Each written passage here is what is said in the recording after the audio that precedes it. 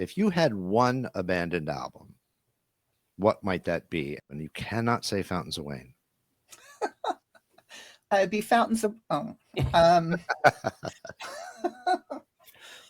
wow, that's a tall order. Don't overthink it.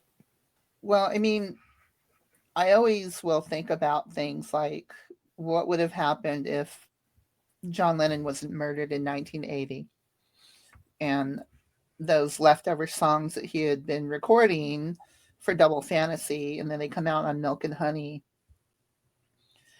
And in many ways, like his next album would have been better than Milk and Honey. And I think Milk and Honey has some quite amazing songs on it. I'm Stepping Out and all these other tracks that weren't released. Grow Old with Me, which is only a demo.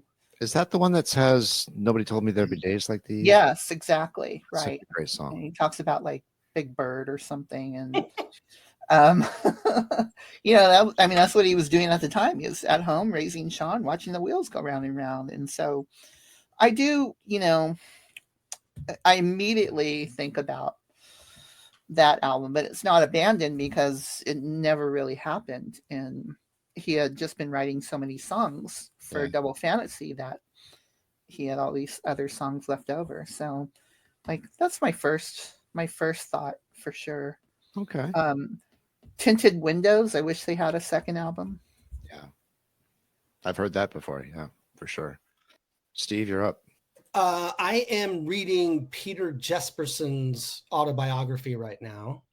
It is great, as you might expect. I got the ebook last night and then stayed awake way too late reading about a half of it.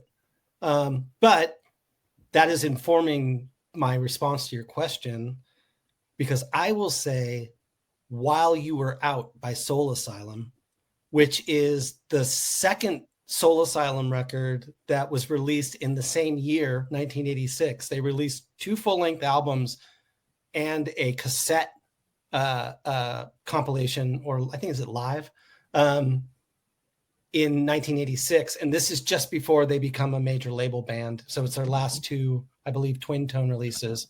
And then Hang Time is where the band turns the corner and eventually leads to their commercial success a few records later and another label later.